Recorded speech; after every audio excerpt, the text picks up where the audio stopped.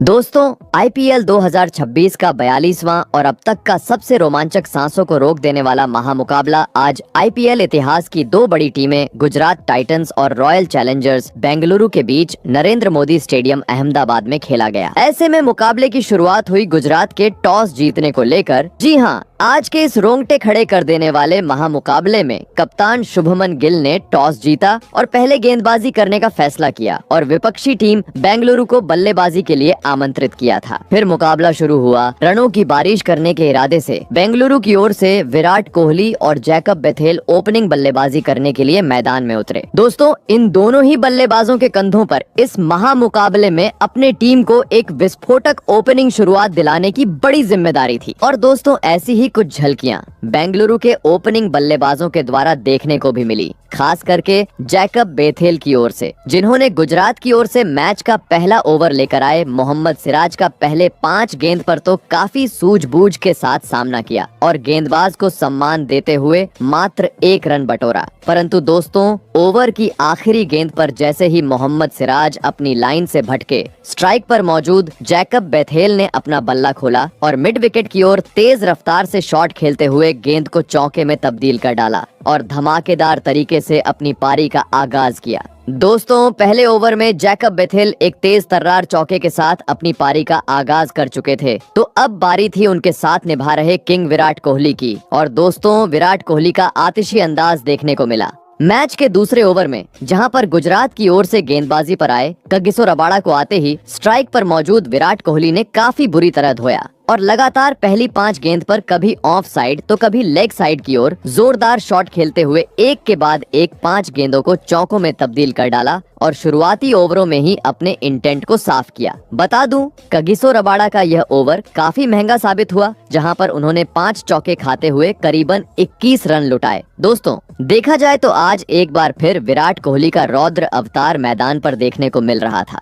जी हाँ, क्योंकि पिछले ओवर में कगिसो रबाड़ा की पिटाई करने के बाद अगले ओवर में विराट कोहली ने गेंदबाजी पर आए मोहम्मद सिराज को अपने पाले में लिया और ओवर की दूसरी गेंद पर कदमों का इस्तेमाल करते हुए बेहतरीन टाइमिंग के साथ गेंद को सीधे तारा मंडल में पहुंचा दिया। लग रहा था दूसरी गेंद पर छक्का आने के चलते एक बार फिर ओवर बेंगलुरु के हित में जाएगा, परंतु दोस्तों, छक्के के बाद जैसे ही ओवर की चौथी गेंद पर विराट का साथ निभा रहे जैकब बेथेल स्ट्राइक पर आए, वे मोहम्मद सिराज की अंदर आती हुई तेज गेंद में फंस गए और फ्लिक लगाने के चक्कर में पास ही खड़े खिलाड़ी राशिद खान को एक आसान सा कैच थमाकर जल्दी ही अपना बड़ा विकेट गंवा बैठे। आपको बता दें, जैकब बेथेल आज टीम के लिए 5 गेंदों में महज 5 ही रन बना पाए। दोस्तों, पावर प्ले में ही बेंगलुरु का बड़ा विकेट हाथ लगने के चलते अब अलग ही जल्लोष करते हुए गुजरात के खिलाड़ी मैदान पर नजर आ रहे थे, तो वहीं दूसरी ओर जैकब बेथेल चेहरे पर निराशा लेते हुए अब पवेलियन का रास्ता नाप चुके थे। ऐसे में पहला विकेट गिर जाने के बाद अब बेंगलुरु की ओर से मैदान में उतरे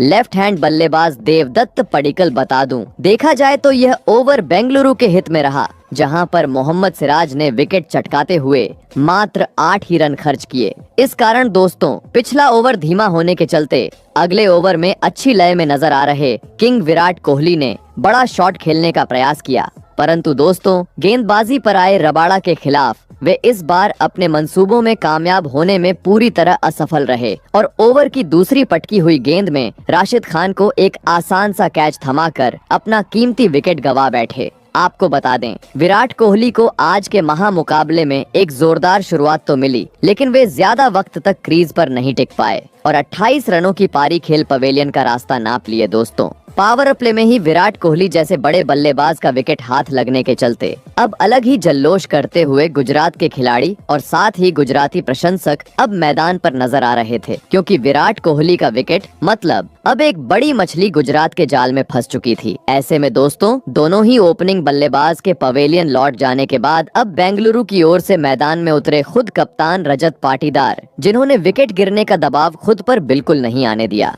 और अपनी पारी की दूसरी ही गेंद पर सामने की ओर जोरदार शॉट खेलते हुए एक बेहतरीन चौके के साथ अपनी पारी का आगाज कर डाला। परंतु दोस्तों, अब पावर प्ले का महज आखिरी 2 ओवरों का खेल बेंगलुरु के पास बचा हुआ था। ऐसे में एक सम्मानजनक स्कोर पावर प्ले में खड़ा करना था। तो अब इन बचे हुए पावर प्ले के अंतिम 2 ओवरों में बड़े शॉट्स में डील करना आवश्यक था। और दोस्तों, ऐसा ही कुछ स्ट्राइक पर मौजूद धाकड़ बल्लेबाज देवदत्त पडिक्कल ने करके भी दिखाया, जहां पर गुजरात की ओर से गेंदबाजी पर आए मोहम्मद सिराज का आते ही देवदत्त पडिक्कल ने समाचार लिया और ओवर की दूसरी पटकी हुई गेंद को उसके सही अंजाम यानी सीधे दर्शक दीर्घा में पहुंचा दिया। तो वहीं इसके बाद कदमों का इस्तेमाल करते हुए एक चौका पॉइंट की ओर जड़ दिया। बता दूं, पहली 3 गेंदों पर चौका और छक्का आने के बाद पडिक्कल यहीं नहीं रुके, बल्कि उन्होंने इसके बाद ओवर की आखिरी गेंद पर भी अपना बल्ला लेग साइड की ओर खोला और एक बार फिर गेंद को चौके में तब्दील कर डाला। बता दूं, मोहम्मद सिराज का यह ओवर काफी महंगा गुजरात के लिए साबित हुआ, जहां पर उन्होंने खराब लाइन और लेंथ के चलते करीबन 14 रन खर्च किए। वही दोस्तों, अगला ओवर भी कुछ इसी प्रकार का देखने को मिला, जहां पर देवदत्त पडिक्कल का साथ निभा रहे पाटीदार ने अपने मैदान में होने का सबूत पेश किया और पावर प्ले का अंतिम ओवर लेकर आए। कगिसो रबाड़ा के खिलाफ ओवर की दूसरी गेंद पर पीछे की ओर शॉट खेलते हुए एक खूबसूरत चौका अपने खाते में जोड़ लिया और बची हुई गेंद पर स्ट्राइक रोटेट करते हुए पावर प्ले के 6 ओवरों का खेल खत्म होने तक बेंगलुरु को 59 रनों तक पहुंचा दिया। दोस्तों, देखा जाए तो 2 बड़े बल्लेबाजों को गंवाने के बावजूद अब एक संभली हुई शुरुआत बेंगलुरु के बल्लेबाजों ने अब टीम को दिला दी थी, लेकिन गुजरात जैसी बड़ी टीम के सामने विशाल लक्ष्य खड़ा करना था। तो अब मैदान में मौजूद रजत पाटीदार और देवदत्त पडिक्कल को अपनी जिम्मेदारी को समझते हुए पावर प्ले के बाद तेज गति से बल्लेबाजी करना जरूरी था। और दोस्तों, ऐसा ही कुछ अंदाज बेंगलुरु के बल्लेबाजों की ओर से मैदान पर देखने को भी मिला। जी हाँ, पावर प्ले के बाद अगला यानी मैच का 7वां ओवर लेकर आए गुजरात के तेज गेंदबाज जेसन होल्डर का आते ही स्ट्राइक पर मौजूद देवदत्त पडिक्कल ने समाचार लिया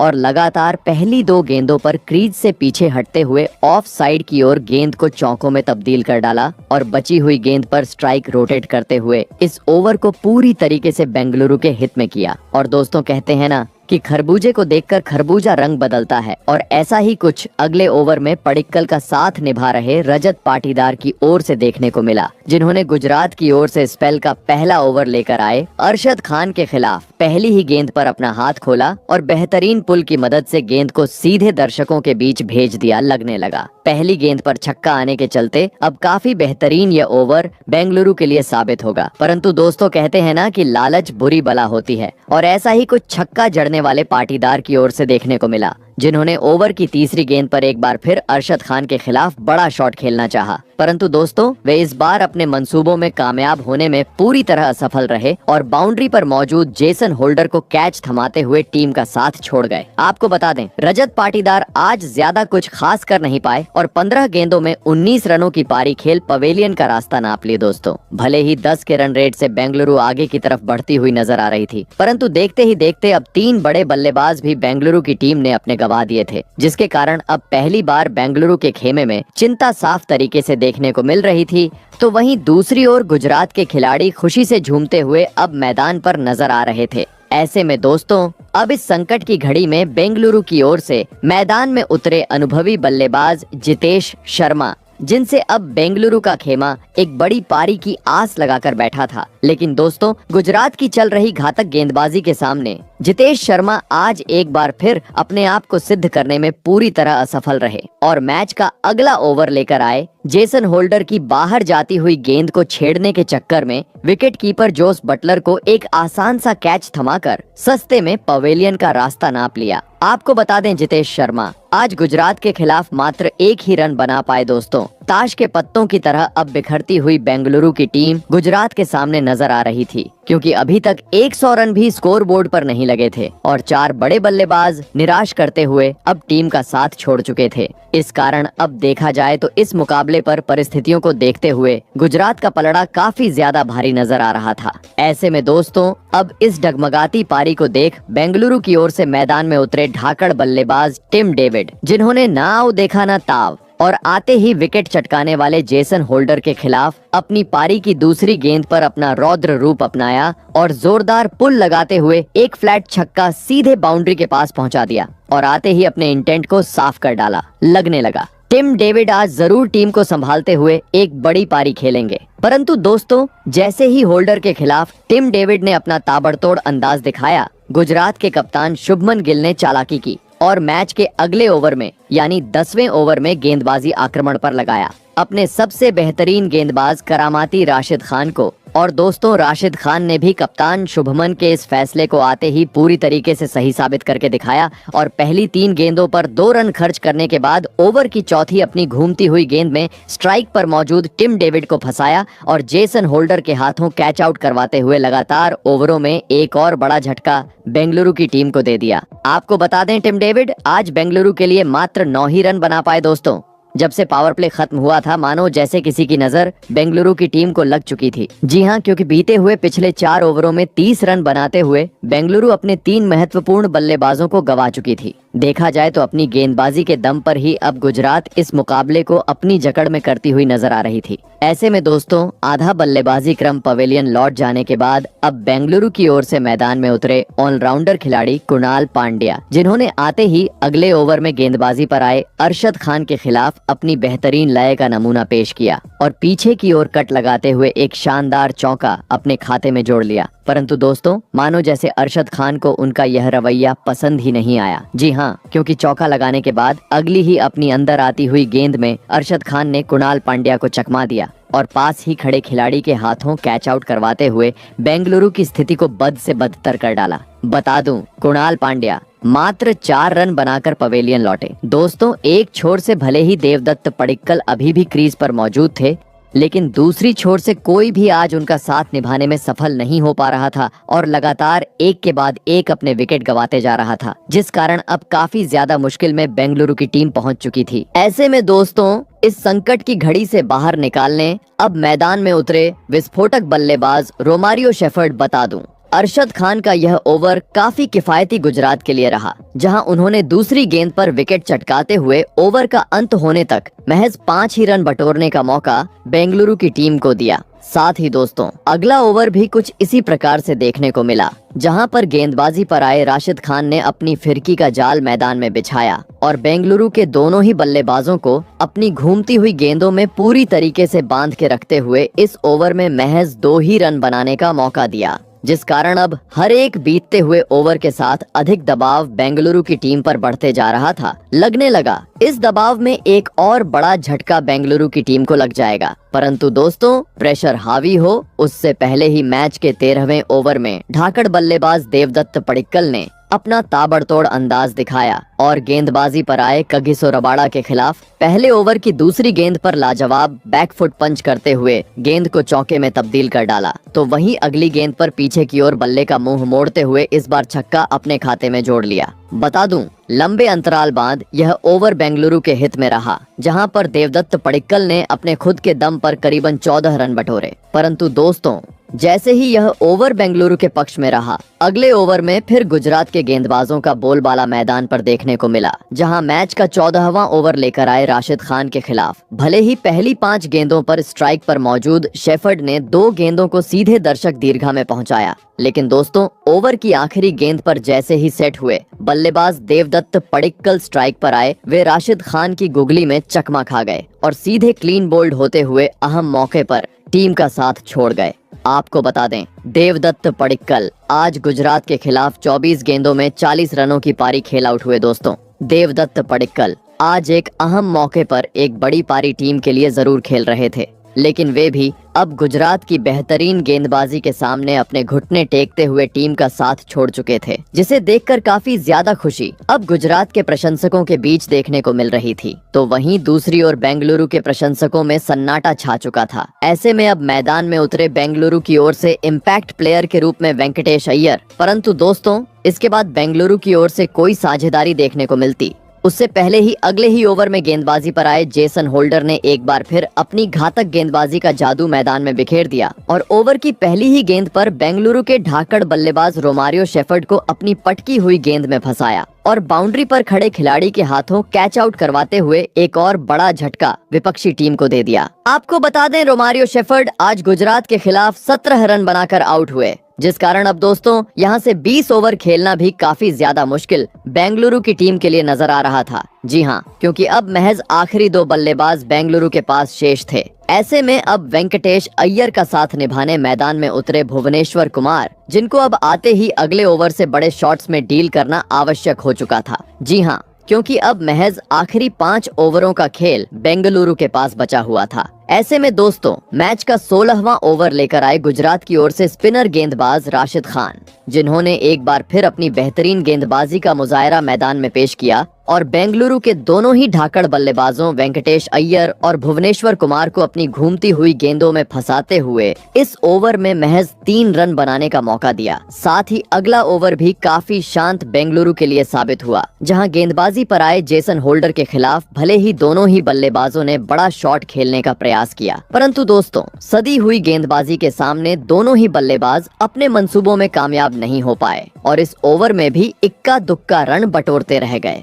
दोस्तों भले ही अंतिम ओवरों का खेल मैदान पर शुरू था, लेकिन जैसी चाहिए वैसी बल्लेबाजी विकेट गंवाने के कारण अब बेंगलुरु की ओर से देखने को नहीं मिल रही थी। ऐसे में अब अपने सम्मान को बचाना था, तो बचे हुए आखिरी 3 ओवरों को किसी भी हाल में अपने हित में करते हुए मैदान में चौकों छक्कों की बरसात करना जरूरी था। और दोस्तों ऐसा ही कुछ मैच के 18वें ओवर में देखने को भी मिला, जहां पर कगिसो रबाड़ा के खिलाफ भुवनेश्वर कुमार और वेंकटेश अय्यर ने एक चौका जड़ दिया। परंतु दोस्तों अगले ही ओवर में अरशद खान के खिलाफ बेंगलुरु के महत्वपूर्ण बल्लेबाज वेंकटेश अय्यर अपना धैर्य खो बैठे और रन गति बढ़ाने के चक्कर में बाउंड्री पर खड़े साई सुदर्शन को एक आसान सा कैच थमाकर अपना भी विकेट गंवा बैठे। ऐसे में अब मात्र का आखिरी विकेट बाकी था। मैदान में उतरे जोश हेजलवुड और दोस्तों वह भी इसके बाद अगली गेंद पर रन आउट हो गए और इसी के साथ बेंगलुरु का पूरा बल्लेबाजी क्रम आज 155 रनों पर सिमट गया। ऐसे में दोस्तों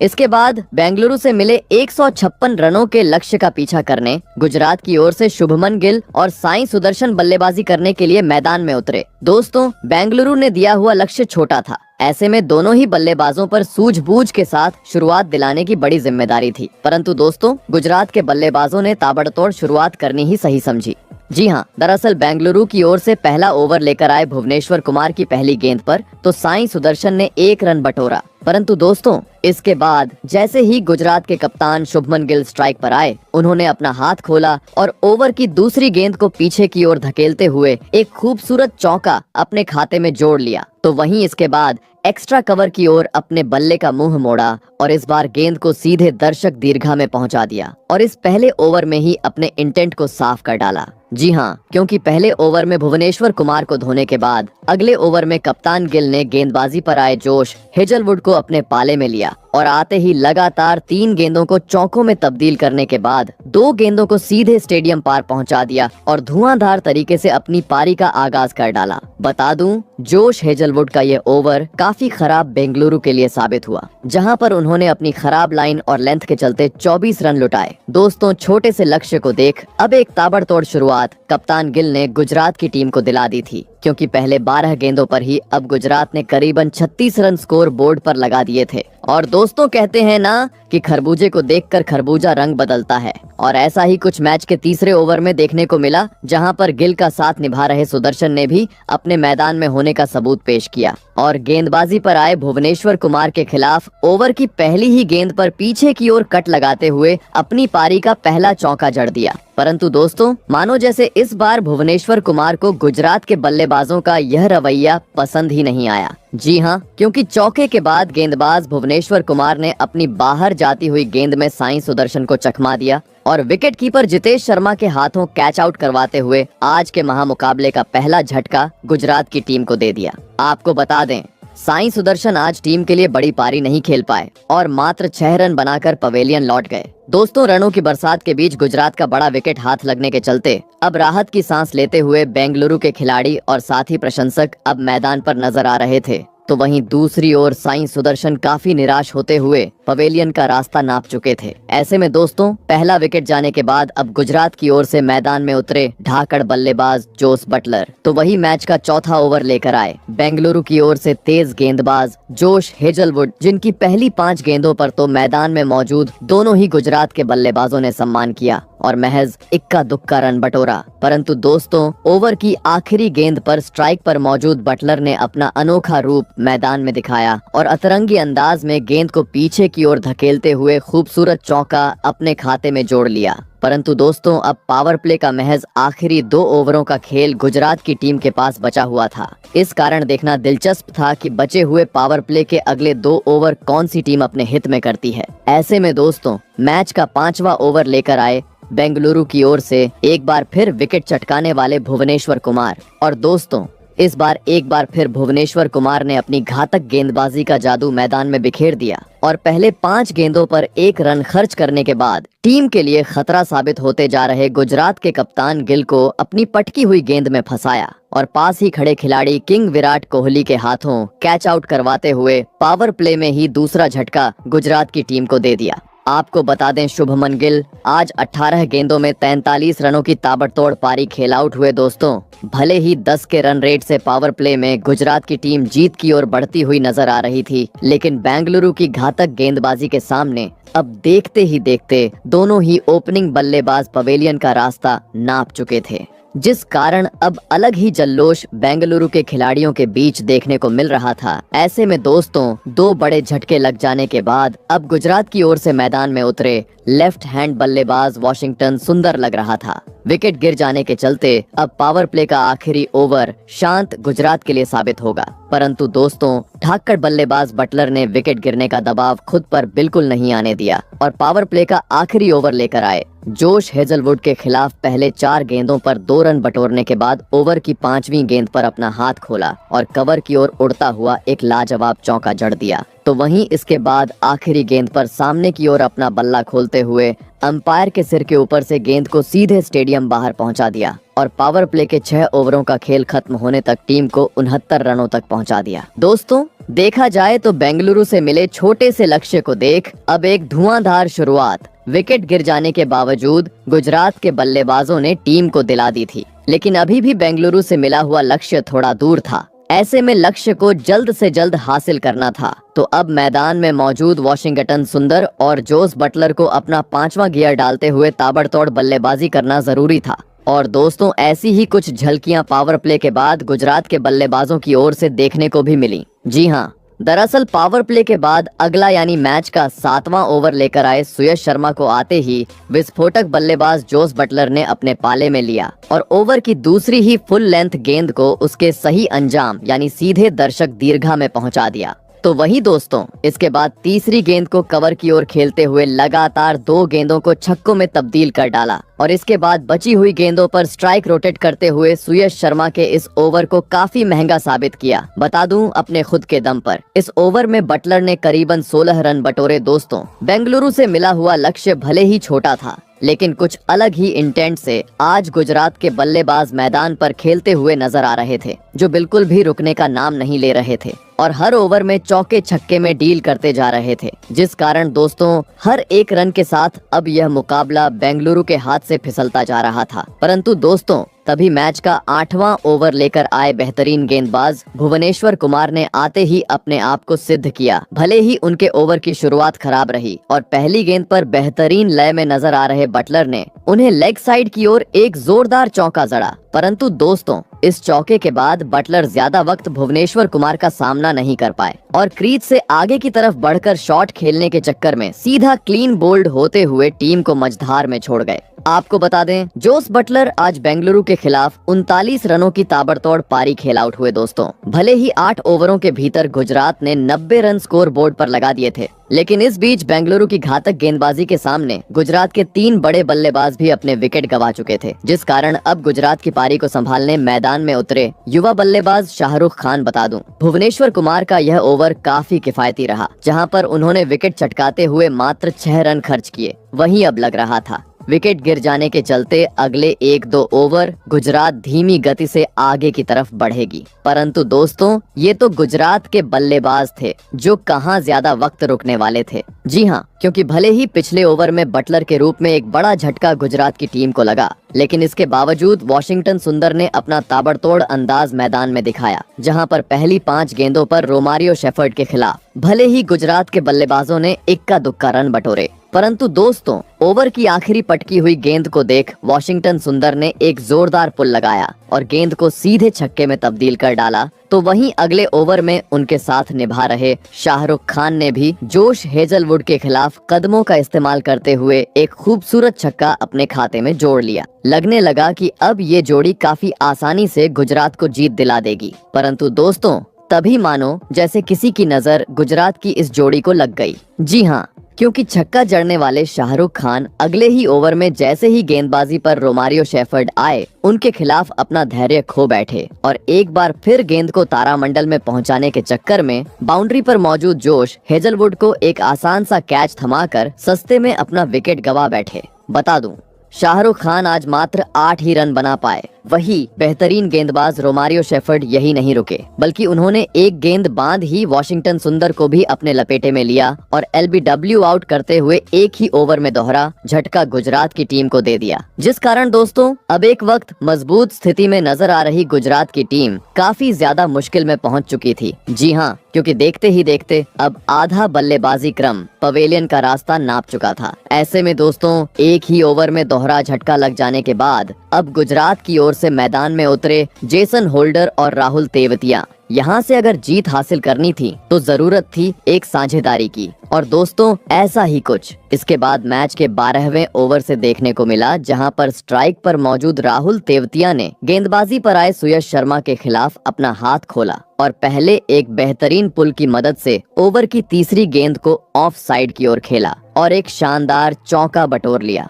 तो वहीं इसके बाद अगली गेंद पर अतरंगी अंदाज में एक और चौका, पीछे की ओर जड़ते हुए एक बार फिर गुजरात की रणगति को आगे बढ़ाना शुरू कर दिया। वही दोस्तों, अब महज आखिरी 50 गेंदों पर गुजरात को जीत के लिए 23 रनों की जरूरत थी। लग रहा था ये दोनों ही बल्लेबाज जरूर अंत तक मैदान पर टिके रहेंगे, परंतु दोस्तों तभी ऑलराउंडर खिलाड़ी जेसन होल्डर गेंदबाजी पर आए सुयश शर्मा के खिलाफ गलती कर बैठे और जल्दबाजी करने के चक्कर में बाउंड्री पर मौजूद खिलाड़ी को एक आसान सा कैच थमाकर अहम मौके पर टीम का साथ छोड़ गए। इस कारण अब लगने लगा मुकाबले में रोमांच बढ़ेगा और अब यह मुकाबला अंतिम ओवर तक जाएगा। परंतु दोस्तों, इसके बाद मैदान में उतरे राशिद खान ने बेंगलुरु की उम्मीदों पर पानी फेर दिया और आते ही दूसरी छोर पर खड़े राहुल तेवतिया का बेहतरीन तरीके से साथ निभाया और बड़े शॉट खेलते हुए काफी आसानी से इस मुकाबले को 4